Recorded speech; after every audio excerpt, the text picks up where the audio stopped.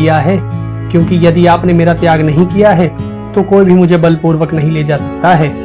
नंदिनी की यह बात सुनकर वशिष्ठ जी ने उसे यह उत्तर दिया था कि मैंने तुम्हारा त्याग नहीं किया है नंदिनी, यदि तुम में शक्ति हो तो खुद को राजा विश्वामित्र से मुक्त करवाकर मेरे साथ रह सकती हो। वशिष्ठ जी की यह बात सुनकर नंदिनी गाय ने अपना क्रोध प्रकट कर दिया था। नंदिनी के क्रोध प्रकट करने से उसके शरीर से द्रविड़, शक, यवन, शबर, किरात और म्लेच्छ आदि जातियों के सैनिक प्रकट हो गए थे। नंदिनी के शरीर से प्रकट हुए उन सैनिकों ने राजा विश्वामित्र के सैनिकों के साथ युद्ध करते हुए उन्हें 12 कोस दूर तक खदेड़ दिया था और नंदिनी के बच्चे को उनसे मुक्त करवा लिया था। तब राजा विश्वामित्र महर्षि वशिष्ठ का यह ब्रह्म तेज देखकर आश्चर्यचकित रह गए थे और उन्हें अपने क्षत्रिय भाव से बड़ी ग्लानि उत्पन्न हो गई थी। उन्होंने ब्रह्म तेज को ही सच्चा बल मानकर अपने विशाल राज्य का त्याग कर दिया था और वन में जाकर घोर तपस्या करने लगे थे। राजा विश्वामित्र ने तब अपने घोर तप से सिद्धि प्राप्त करके सारे लोगों को अपने तेज से भर दिया था और अंत में एक क्षत्रिय होकर भी ब्राह्मणत्व प्राप्त कर लिया था। दोस्तों, महर्षि वशिष्ठ की क्षमाशीलता का यह प्रसंग बताने के बाद गंधर्वराज ने पांडवों को वशिष्ठ जी के बारे में और बताते हुए यह कहा था कि बहुत पहले राजा इक्ष्वाकु के वंश में कल्माशपाद नाम के एक राजा हुए थे। एक दिन राजा कल्माशपाद शिकार खेलकर जब वापस लौट रहे थे तब वह एक ऐसे रास्ते से होकर आ रहे थे जिस रास्ते पर एक ही मनुष्य चल सकता था। उसी समय सामने से उस रास्ते पर महर्षि वशिष्ठ के पुत्र शक्ति मुनि चले आ रहे थे। जब शक्ति मुनि और राजा कल्माशपाद आमने सामने आ गए थे तो राजा कल्माशपाद ने शक्ति मुनि से यह कहा था कि रास्ते से हट जाओ और मेरे लिए रास्ता छोड़ दो। तब शक्ति मुनि ने उनसे कहा था कि सनातन धर्म के अनुसार क्षत्रिय का यह कर्तव्य है कि वह ब्राह्मण के लिए रास्ता छोड़ दे। इस प्रकार दोनों में कुछ कहा सुनी हो गई तो राजा कल्माशपाद ने शक्ति मुनि पर चाबुक चला दिया था। तब शक्ति मुनि ने क्रोधित होकर राजा कल्माशपाद को श्राप देते हुए यह कहा था कि जा, तू राक्षस हो जा। शक्ति मुनि के श्राप से राजा कल्माशपाद तुरंत ही राक्षस हो गया था। राक्षस बनते ही राजा कल्माशपाद क्रोध में शक्ति मुनि को ही मारकर खा गया था। इतना ही नहीं, उसके बाद राक्षस बन चुका कल्माशपाद वशिष्ठ जी के सभी 100 पुत्रों को मारकर खा गया था। जब अपने सभी पुत्रों के मारे जाने की खबर महर्षि वशिष्ठ जी को मिली तब भी उन्हें कल्माशपाद पर क्रोध नहीं आया था, जबकि महर्षि वशिष्ठ जी के तपोबल में यह शक्ति थी कि वह राक्षस कल्माशपाद का विनाश करके अपने सभी 100 पुत्रों को यमलोक से वापस ला सकते थे। परंतु समाशील महर्षि वशिष्ठ जी ने ना तो राक्षस कल्माश का कोई अहित किया था और ना ही यमराज के नियमों का उल्लंघन करके अपने पुत्रों को वापस लाए थे। एक बार महर्षि वशिष्ठ अपने आश्रम पर लौट रहे थे कि तभी उन्हें अपने पीछे पीछे किसी के आने की आहट के साथ ऐसी आवाज सुनाई पड़ी जैसे कोई वेदों का अध्ययन कर रहा हो। तब वशिष्ठ जी ने बिना पीछे घूमे ही यह प्रश्न किया था कि मेरे पीछे कौन चल रहा है। तब उनके पीछे चल रही स्त्री ने यह उत्तर दिया था कि मैं आपकी पुत्र वधू शक्ति मुनि की पत्नी अदृश्यंती हूँ। तब महर्षि वशिष्ठ ने अपनी पुत्र वधू से यह प्रश्न किया था कि यह वेदों का अध्ययन कौन कर रहा है। तब अदृश्यंती ने उन्हें बताया था कि मेरे गर्भ में आपका पौत्र है जो 12 वर्ष से गर्भ में ही वेदों का अध्ययन कर रहा है। पुत्र वधू की यह बात सुनकर महर्षि वशिष्ठ को बड़ी प्रसन्नता हुई थी, क्योंकि वह अब तक यही समझ रहे थे कि उनके सभी पुत्रों के मरने के बाद उनका वंश समाप्त हो चुका है। परंतु उसी समय महर्षि वशिष्ठ जी का वंश समाप्त करने के लिए राक्षस कल्माशपाद उनकी पुत्र वधू पर हमला कर देता है। यह देख महर्षि वशिष्ठ जी अपने कमंडल का जल अभिमंत्रित करके उस राक्षस पर डाल देते हैं। उस जल के पड़ते ही कल्माशपाद उनके पुत्र शक्ति मुनि के श्राप से मुक्त हो जाता है। 12 वर्ष के बाद श्राप से मुक्त होते ही कल्माशपाद महर्षि वशिष्ठ को प्रणाम कर उनसे यह बोला था कि महाराज, मैं सुदास पुत्र कल्माशपाद आपका यजमान हूँ, आज्ञा कीजिए मैं आपकी क्या सेवा करूँ। तब वशिष्ठ जी ने उससे बड़ी नम्रता के साथ यह कहा था कि तुम जाकर अपने राज्य की देखभाल करो। कुछ समय बाद वशिष्ठ जी की पुत्र वधू अदृश्यंती के गर्भ से पराशर का जन्म हुआ था। पराशर बड़े ही तेजस्वी ऋषि थे। उन्हें जब पता चला था कि उसके पिता शक्ति मुनि को एक राक्षस मारकर खा गया था, तो उन्होंने समस्त राक्षसों का विनाश करने के लिए एक घोर यज्ञ करना आरंभ कर दिया था। ऋषि पराशर के उस यज्ञ के प्रभाव से जब राक्षसों का विनाश होना आरंभ हो गया था, तो यह देख महर्षि वशिष्ठ जी को बड़ा दुख हुआ था। तब उन्होंने महर्षि पुलस्त्य के साथ जाकर अपने पौत्र पराशर को यह समझाया था कि क्षमा ही परम धर्म है। तुम्हारे सभी पूर्वज क्षमा की मूर्ति हैं। महर्षि वशिष्ठ जी के इस प्रकार समझाने से ऋषि पराशर ने भी अपने क्रोध को त्याग दिया था और अपने उस यज्ञ की उस अग्नि को हिमालय पर्वत पर छोड़ दिया था। ऋषि पराशर की छोड़ी हुई उस यज्ञ की आग अब भी राक्षसों, वृक्षों और पत्थरों को जलाती फिरती है। दोस्तों, गंधर्वराज के मुख से महर्षि वशिष्ठ जी की महिमा सुनकर सभी पांडव भाई यह समझ गए थे कि बिना किसी योग्य पुरोहित के किसी भी राजा के लिए इस पृथ्वी को जीत पाना संभव नहीं है। इसलिए अर्जुन ने गंधर्वराज से तब यह कहा था कि गंधर्वराज, तुम तो सब कुछ जानते हो, इसलिए यह बतलाओ कि हम लोगों के लिए योग्य पुरोहित कौन होगा। अर्जुन की बात सुनकर गंधर्वराज ने कहा था कि इसी वन के उत्कोचक तीर्थ में देवल के छोटे भाई धौम में तपस्या कर रहे हैं। आप लोगों की इच्छा हो तो आप लोग उन्हें अपना पुरोहित बना सकते हैं। इसके बाद अर्जुन ने गंधर्वराज चित्ररथ को विधि पूर्वक अपना आग्नेय अस्त्र दिया था और गंधर्वराज ने अर्जुन को गंधर्वों की माया से हिलाने के साथ उन्हें गंधर्वों के 100 ऐसे दिव्य और वेगशाली घोड़े देने चाहे थे जो दुबले होने पर भी कभी न थकने वाले थे। वे घोड़े मन में स्मरण करते ही चले आते थे और मन से चाहने पर ही चले जाते थे। साथ ही वह घोड़े अपना रंग भी बदल लेते थे।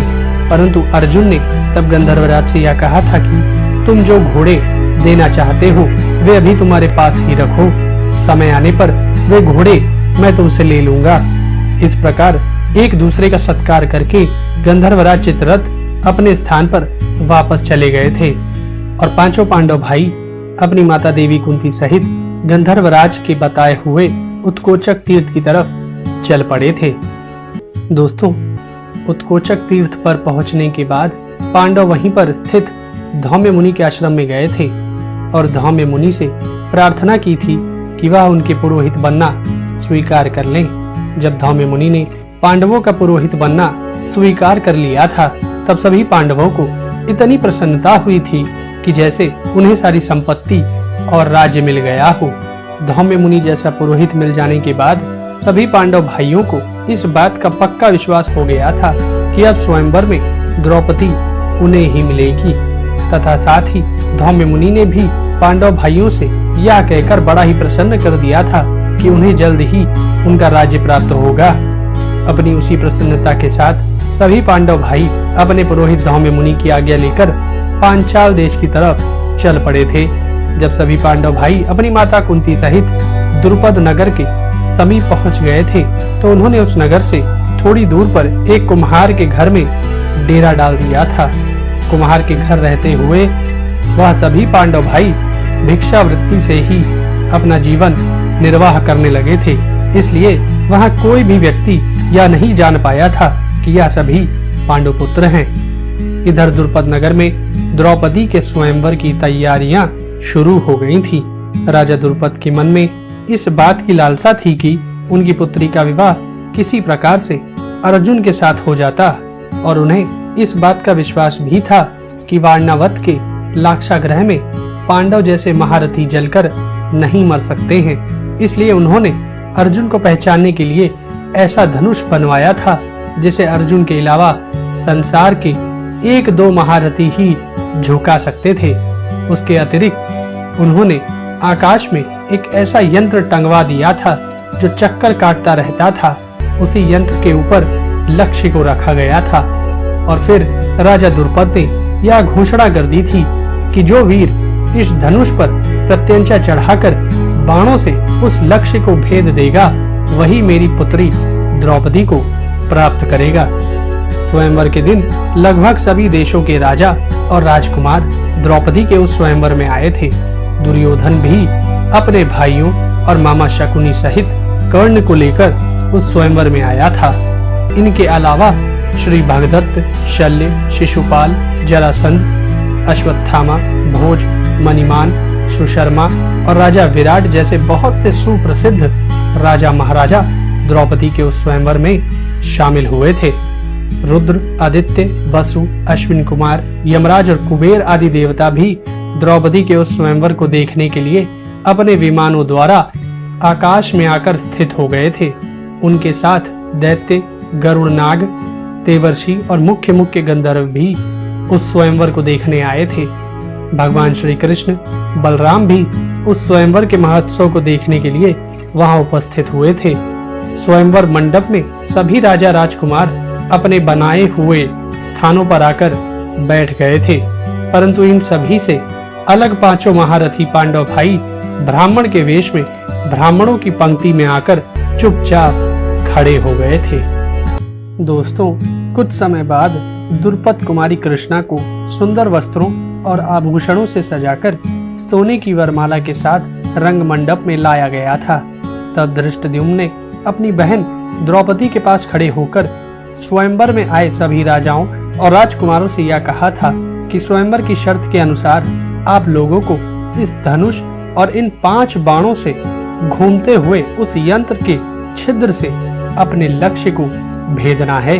जो राजा या राजकुमार इस स्वयंवर की यह शर्त पूरी करेगा, मेरी प्यारी बहन द्रौपदी उसकी अर्धांगिनी बनेगी।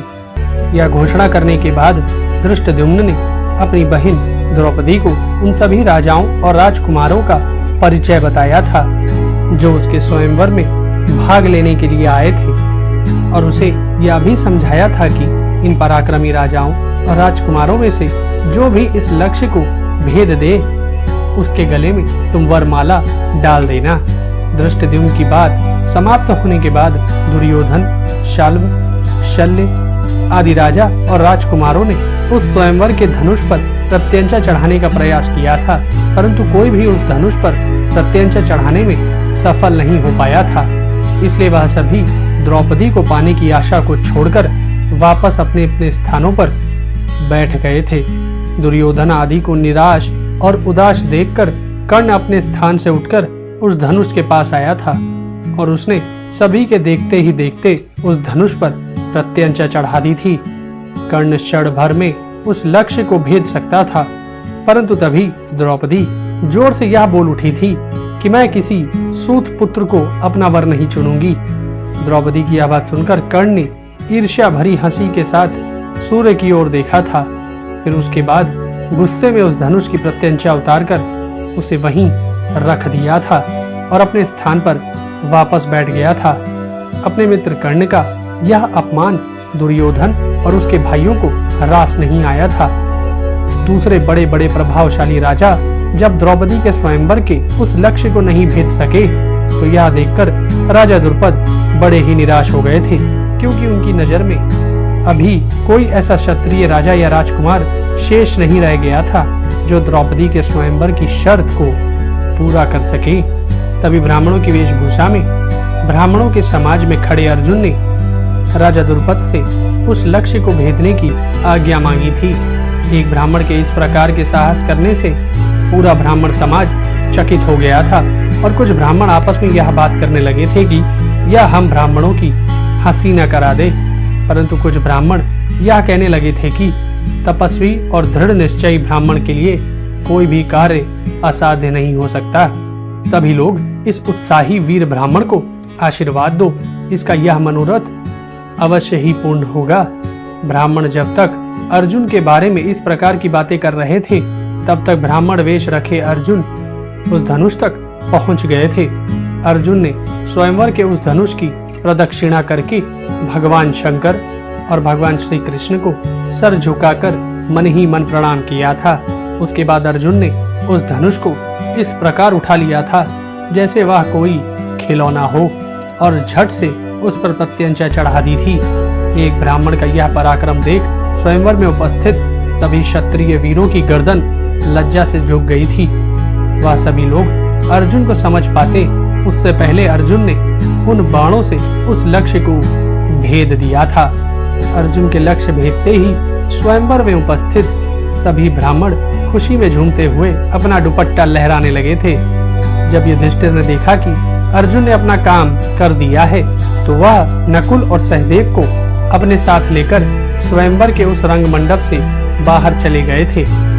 अर्जुन के इस प्रकार लक्ष्य भेद देने से जहां एक तरफ वहां उपस्थित सभी क्षत्रिय राजा हैरत में पड़े हुए थे, वहीं दूसरी तरफ राजा द्रुपद को इस बात से बड़ी खुशी हुई थी और उन्होंने इस ब्राह्मण वीर के साथ ही अपनी पुत्री का विवाह करने का निश्चय कर लिया था। और साथ ही द्रौपदी भी हाथ में वरमाला लेकर अर्जुन के पास आ गई थी और उसने भी बड़ी प्रसन्नता के साथ वह वरमाला अर्जुन के गले में डाल दी थी। स्वयंवर में उपस्थित सभी ब्राह्मणों ने अर्जुन और द्रौपदी का बड़ा सत्कार किया था। ये सभी ब्राह्मण जिनके बीच में भीमसेन भी थे, वह सभी अर्जुन और द्रौपदी को लेकर रंगभूमि से बाहर की तरफ चल पड़े थे। यह देखकर सभी क्षत्रिय राजा और राजकुमार क्रोध में भरकर खड़े हो गए थे। दोस्तों, स्वयंवर में आए सभी राजाओं और राजकुमारों ने क्रोध में भरकर तब यह कहा था कि स्वयंवर क्षत्रियों के लिए होता है, इसमें ब्राह्मणों के आने का कोई अधिकार नहीं है। यदि क्षत्रिय कन्या किसी क्षत्रिय का वर्ण नहीं करती है तो उसे जलती हुई आग में फेंक देना चाहिए। राजा द्रुपद अपनी कन्या का विवाह एक ब्राह्मण के साथ करवाकर हम क्षत्रियों का अपमान करना चाहते हैं, इसलिए इस राजा द्रुपद को मार डालना ही उचित है। इतना कहकर सभी राजा और राजकुमार द्रुपद को मारने के लिए दौड़ पड़े थे। सभी राजाओं को इस प्रकार क्रोधित देख राजा द्रुपद डर गए थे, इसलिए वह भागकर ब्राह्मणों की शरण में चले गए थे। द्रुपद को इस प्रकार भयभीत और राजाओं को उन पर आक्रमण करता देख भीमसेन और अर्जुन ने राजा द्रुपद को बचाने के लिए उन राजाओं पर धावा बोल दिया था।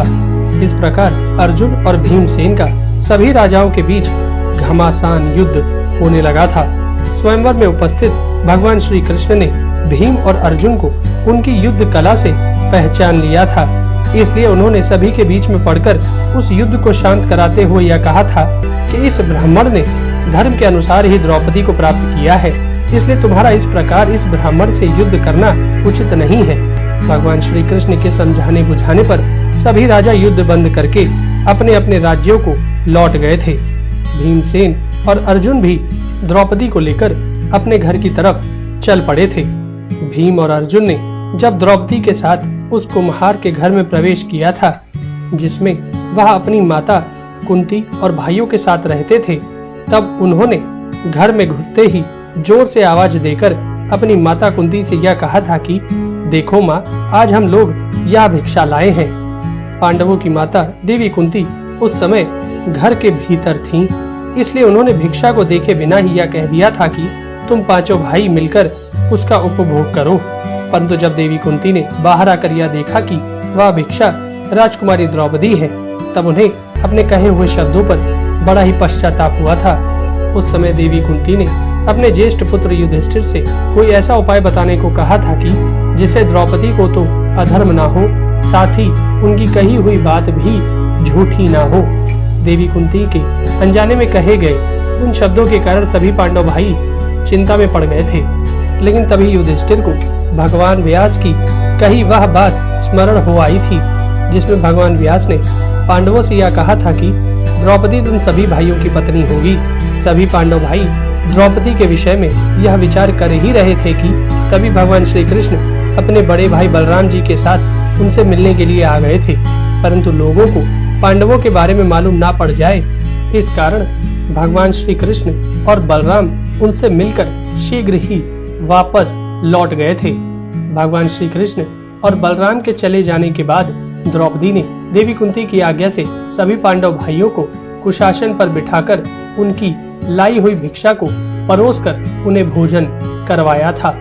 उसके बाद बचा हुआ भोजन खुद करके सभी पांडव भाइयों के पैरों की तरफ धरती पर मृग चर्म बिछाकर सो गई थी। जिस समय भीम और अर्जुन द्रौपदी को लेकर अपने घर आ रहे थे, उस समय द्रौपदी के भाई राजकुमार धृष्टद्युम्न ने बड़ी सावधानी के साथ छिपकर उनका पीछा किया था और वह इस समय भी कुम्हार के घर के पास रहकर अपनी बहन द्रौपदी और उन पांचों पांडवों पर दृष्टि रखे हुआ था। अपनी बहन द्रौपदी का इस प्रकार भिक्षा में लाया हुआ भोजन करना तथा पृथ्वी पर मृगचरण बिछाकर सोना धृष्टद्युम्न को रास नहीं आया था। अतः वह अपनी बहन द्रौपदी की यह स्थिति देखकर बड़ा ही दुखी हो गया था। राजकुमार धृष्टद्युम्न की तरह ही उधर राजा द्रुपद भी अपने महल में बड़े बेचैन होकर अपनी पुत्री द्रौपदी के विषय में ही सोच रहे थे। राजा द्रुपद तो अपने मन में यह तक सोच रहे थे कि कहीं उनकी पुत्री द्रौपदी किसी क्षत्रिय या ब्राह्मण के स्थान पर किसी वैश्य या शूद्र को तो नहीं मिल गई है। अपनी इसी बेचैनी में राजा द्रुपद अपने मन की अधूरी रह गई इच्छा को दोहराते हुए खुद से यह कह रहे थे कि अच्छा होता मेरी सौभाग्यवती पुत्री नर रत्न अर्जुन को प्राप्त हुई होती।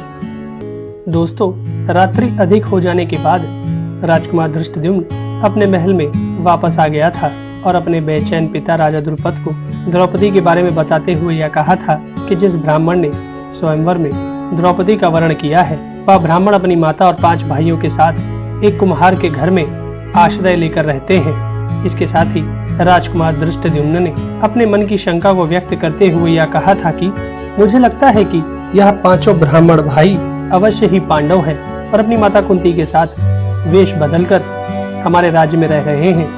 राजकुमार धृष्टद्युम्न के ऐसा संदेह करने मात्र से राजा द्रुपद के मन में प्रसन्नता की लहर दौड़ पड़ी थी। इसलिए भोर होते ही राजा द्रुपद ने अपने पुरोहित को पांडवों के पास उनका परिचय प्राप्त करने के लिए भेज दिया था।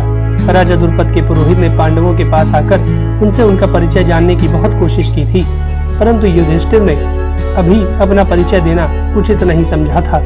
इस कारण उन्होंने राजा द्रुपद के पुरोहित को यह नहीं बताया था कि वह पांडव है। इसलिए राजा द्रुपद ने देवी कुंती और द्रौपदी सहित सभी पांडव भाइयों को अपने राजभवन में भोज पर आमंत्रित किया था और साथ ही उनकी प्रवृत्ति की परीक्षा लेने के लिए अपने राजमहल को अनेक प्रकार की वस्तुओं से सजा दिया था।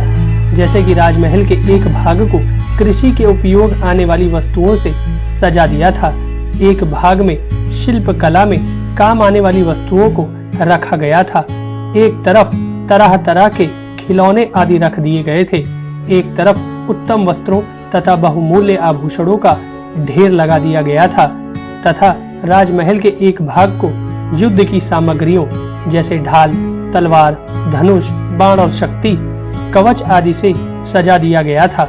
राजा द्रुपद को यह विश्वास था कि उन 5 भाइयों की जो भी प्रवृत्ति होगी उसी तरफ वह आकर्षित होंगे, जिससे वह पहचान जाएंगे कि वह सभी पांडव भाई हैं या कोई और है। भोज के लिए देवी कुंती, द्रौपदी और 5 पांडव भाइयों को रथ द्वारा राजमहल में लाया गया था। देवी कुंती और द्रौपदी को महल की स्त्रियां बड़े ही आदर के साथ रनिवास में लेकर चली गई थी तथा 5 पांडव भाइयों को सम्मान के साथ राजा द्रुपद के महल में लाया गया था। भोजन करने के बाद 5 पांडव भाइयों को महल में सजी हुई उन सभी वस्तुओं को दिखाने के लिए ले जाया गया था। तब उन 5 भाइयों का आकर्षण युद्ध संबंधी वस्तुओं की तरफ देख राजा द्रुपद सहित सभी लोगों के मन में यह विश्वास हो गया था कि यह 5 भाई ब्राह्मण के वेश में पांडव राजकुमार ही है। मन में ऐसा निश्चय हो जाने के बाद राजा द्रुपद ने युधिष्ठिर को अलग ले जाकर यह कहा था कि मैं आप लोगों का सही परिचय जानना चाहता हूँ। राजा द्रुपद की यह बात सुनकर युधिष्ठिर ने उन्हें प्रसन्न करते हुए यह कह दिया था कि आपकी अभिलाषा पूर्ण हुई है। मैं महात्मा पांडु का पुत्र युधिष्ठिर हूँ और जिसने स्वयंवर के लक्ष्य को भेद कर द्रौपदी का वर्ण किया था वह मेरा अनुज अर्जुन ही था। युधिष्ठिर की यह बात सुनकर राजा द्रुपद की आंखें प्रसन्नता से खिल उठी थीं। आनंद मग्न हो जाने के कारण राजा द्रुपद बड़ी देर तक कुछ भी बोल नहीं सके थे। उसके बाद उन्होंने युधिष्ठिर के मुख से उन सभी के वारणावत नगर के लाक्षागृह से बचकर निकलने की पूरी कहानी सुनी थी। युधिष्ठिर से पूरी कहानी सुनने के बाद राजा द्रुपद को बड़ा ही क्रोध आ गया था। इसलिए उन्होंने धृतराष्ट्र को बुरा भला कहते हुए युधिष्ठिर को यह आश्वासन दे दिया था कि मैं तुम्हें तुम्हारा राज्य वापस दिलवाऊंगा, चाहे उसके लिए मुझे कौरवों से युद्ध ही क्यों न करना पड़े। अपनी अभिलाषा पूर्ण होने पर राजा द्रुपद ने 5 पांडव भाइयों का बड़ा ही भव्य आदर सत्कार किया था। आदर सत्कार हो जाने के बाद राजा द्रुपद ने युधिष्ठिर से कहा था कि अब आप अपने अनुज अर्जुन को आज्ञा दीजिए कि वह विधि पूर्वक मेरी पुत्री द्रौपदी के साथ विवाह करे। तब युधिष्ठिर ने राजा द्रुपद को सारी घटना बताते हुए यह कहा था कि हमारी माता जी हमें आज्ञा दे चुकी हैं कि आपकी पुत्री राजकुमारी द्रौपदी हम पांचों पांडव भाइयों की पटरानी होंगी, इसलिए राजकुमारी द्रौपदी के साथ हम पांचों पांडव भाइयों का विवाह करना है। युधिष्ठिर की यह बात सुनकर राजा द्रुपद बड़ी ही बुरी तरह से चौंक पड़े थे। दोस्तों, राजा द्रुपद ने युधिष्ठिर से तब यह कहा था कि एक राजा से बहुत सी रानियां तो हो सकती हैं, परंतु एक स्त्री के बहुत से पति हो ऐसा तो कभी सुनने में नहीं आया है। धर्म के विपरीत तुम्हें ऐसी बात सोचनी भी नहीं चाहिए। तब युधिष्ठिर ने कहा था कि यह हमारी माता की आज्ञा है और मेरा मन इसे स्वीकार करता है। राजा द्रुपद उस कार्य को अधर्म मान रहे थे, तो युधिष्ठिर उस कार्य को धर्म के अनुकूल बता रहे थे। इस कारण देवी कुंती सहित राजा द्रुपद के सभी योग्य व्यक्तियों के बीच इस बात पर विचार विमर्श होने लगा था। सभी लोग बैठे आपस में विचार विमर्श कर ही रहे थे कि तभी वहां भगवान व्यास जी भी आ गए थे। भगवान व्यास को देख राजा द्रुपद ने उनकी पूजा करके उनका सत्कार किया था और उनके सामने अपने इस धर्म संकट को रखकर उनसे यह पूछा था कि आप ही बताइए कि एक स्त्री अनेक पुरुषों की पत्नी किस प्रकार हो सकती है। तब भगवान व्यास जी ने राजा द्रुपद के उस धर्म संकट का समाधान करते हुए यह कहा था कि एक स्त्री के अनेक पति हो, यह बात लोकाचार और वेद के विरुद्ध है तथा समाज में यह प्रचलित भी नहीं है, परंतु धर्मराज युधिष्ठिर कभी अधर्म की राह पर नहीं चल सकते हैं, इसलिए उन्होंने जो कुछ भी कहा है वह धर्म के प्रतिकूल नहीं है। इस बात का रहस्य मैं तुम्हें सबके सामने नहीं बतला सकता हूँ। यह कहकर भगवान व्यास जी उठ खड़े हुए थे और राजा द्रुपद का हाथ पकड़कर उन्हें एकांत में ले आए थे। एकांत में आकर भगवान व्यास जी ने राजा द्रुपद को उनकी पुत्री द्रौपदी के 2 जन्मों की कथा सुनाई थी और साथ ही यह बतलाया था कि भगवान शंकर जी के वरदान के कारण ही यह पांचों पांडव द्रौपदी के पति बनेंगे। इसके बाद भगवान व्यास जी ने द्रुपद को दिव्य दृष्टि प्रदान करते हुए कहा था कि इस दिव्य दृष्टि से तुम पांडवों के पूर्व जन्मों को देखो। दिव्य दृष्टि प्राप्त होने पर राजा द्रुपद ने पांडवों तथा अपनी पुत्री द्रौपदी के पूर्व जन्म को देखा। उसे देखकर राजा द्रुपद को यह विश्वास हो गया था कि उनकी पुत्री द्रौपदी पांडवों के सर्वथा अनुरूप है। इसलिए उन्होंने भगवान व्यास जी से यही कहा था कि जब विधाता का ऐसा ही विधान है तो उसे कौन टाल सकता है। भगवान शिव जी ने जो वरदान दिया है वह धर्म हो या अधर्म, परंतु वैसा ही होना चाहिए। अब इसमें मेरा कोई अपराध नहीं समझा जाएगा। इसके बाद राजा द्रुपद ने पांचों पांडवों को द्रौपदी के साथ विवाह करने की आज्ञा दे दी थी। राजा द्रुपद की आज्ञा मिलने के बाद पहले दिन द्रौपदी का विवाह पांडवों के सबसे बड़े भाई युधिष्ठिर के साथ संपन्न हुआ था और रात्रि में युधिष्ठिर ने द्रौपदी के साथ सुहागरात मनाकर अपने वैवाहिक जीवन का आरंभ किया था। दूसरे दिन द्रौपदी का विवाह भीमसेन के साथ संपन्न हुआ था तथा भीमसेन ने वह रात द्रौपदी के साथ व्यतीत की थी। तीसरे दिन द्रौपदी का विवाह अर्जुन के साथ हुआ था तथा चौथे और पांचवें दिन द्रौपदी का विवाह क्रमशः नकुल और सहदेव के साथ संपन्न हुआ था। द्रौपदी के पांचों पांडवों के साथ विवाह के अवसर पर एक बड़ी ही विलक्षण बात यह हुई थी कि देवर्षि नारद के कथानुसार द्रौपदी प्रतिदिन कन्या भाव को प्राप्त हो जाया करती थी।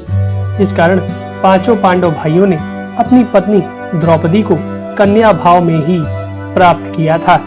राजा द्रुपद ने अपनी पुत्री द्रौपदी के विवाह में पांडवों को बहुत सा धन रत्न आदि दहेज में दिए थे।